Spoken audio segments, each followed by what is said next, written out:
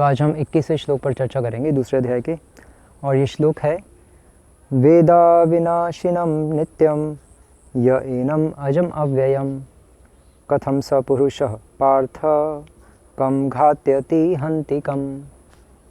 तो अब भगवान कृष्ण अर्जुन को आगे और आत्मा के बारे में बता रहे हैं कि आत्मा के और क्या लक्षण होते हैं, और हम दोनों को पाप नहीं लगेगा, अर्जुन घबराओ नहीं, अल्टीमेटली भगवान ये बता रहे हैं। तो भगवान कह रहे हैं कि वेदा विनाशिनम नित्यम। वेद मतलब जानना, वेद मतलब जानना। तो अब भगवान कह रहे हैं कि अर्जुन, वेद मैं जानता हूँ कि आत्मज्ञान मैं जानता हूँ, और तुमको भी मैं दे ही रहा हूँ आत्मज्ञान, और इसलिए हम दोनों को पता है कि विनाशिनम, कि आत्मा का कि आत्मा अविनाशिनम, कि आत्मा अविनाशी है, आत्मा का कभी नाश नहीं होता, और ये नित्य है, नित्यम।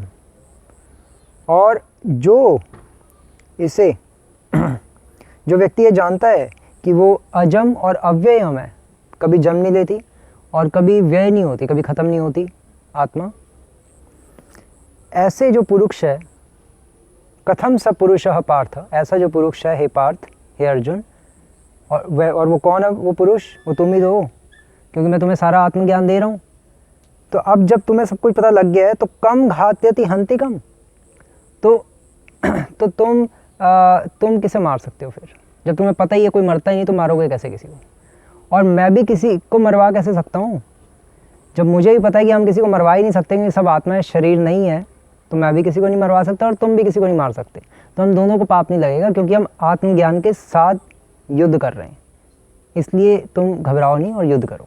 अल्टीमेटली भगवान इस श्लोक में यही कह रहे हैं। और श्री प्रभुपाद इसके तात्पर्य में दो चार मुख्य पॉइंट्स लिख रहे हैं। जैसे श्री प्रभुपाद बता रहे हैं कि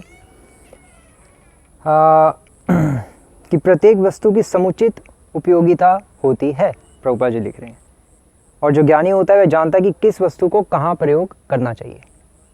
श्री प्रभुपाद बिल्कुल पहली ही लाइन में लिख रहे हैं। तो इसलिए प्रभुपाद के कहने का मतलब है कि भगवान कृष्ण को पता है कि अभी हिंसा जरूरी है या अहिंसा जरूरी है, क्योंकि अर्जुन लॉजिक दे रहा था ना, अहिंसा परम धर्म, माँ हिंसात, कि नहीं लड़ना चाहिए, सर्वभूतानि, क्यों मारे हम इन सबको। तो अल्टीमेटली भगवान कह रहे हैं कि अर्जुन, मुझे पता है कि क्या अभी उचित है और क्या अनुचित है, क्योंकि मैं ज्ञानवान हूँ, और इसलिए मैं तुम्हें भी ज्ञानवान बना रहा हूँ। तुम मेरी बात सुनो और युद्ध करो। क्यों? क्योंकि श्री प्रभुपाद कह रहे हैं, क्योंकि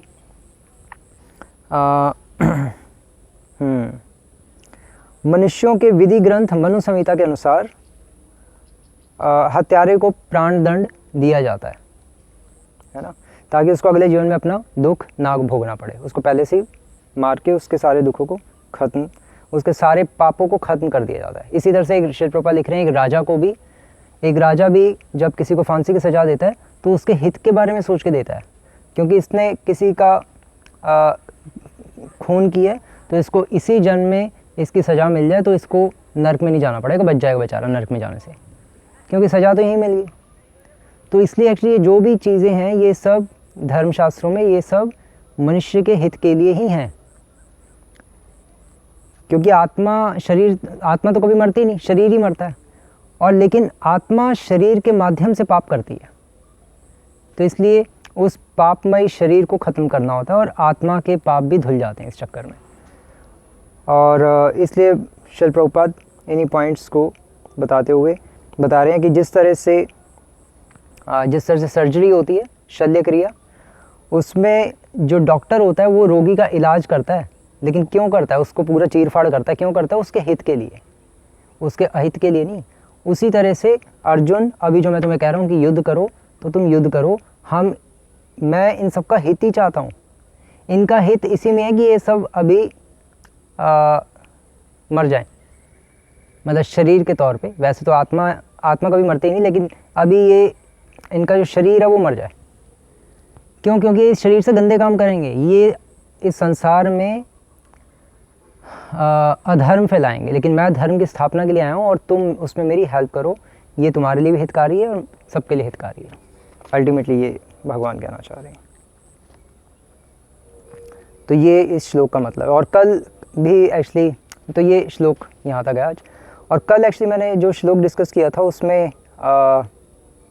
उसमें जो एक श्लोक था जिसमें 6 ट्रांसफॉर्मेशंस ऑफ मटेरियल बॉडी, जो 6 प्रकार के शरीर में परिवर्तन होते हैं, उसके बारे में चर्चा होती है। जो श्री प्रभुपाद कहते हैं कि शरीर में 6 प्रकार के परिवर्तन होते हैं कि वो जन्म लेता है, फिर रहता है कुछ समय, फिर बढ़ता है, फिर कुछ पैदा करता है और फिर धीरे धीरे बूढ़ा होता है और फिर मर जाता है। तो 6 प्रकार के परिवर्तन मैंने कल बताया था प्रमाण। वो एक वार्ष्यायनी ऋषि हैं, उन्होंने निरुक्त में ये बोला हुआ है।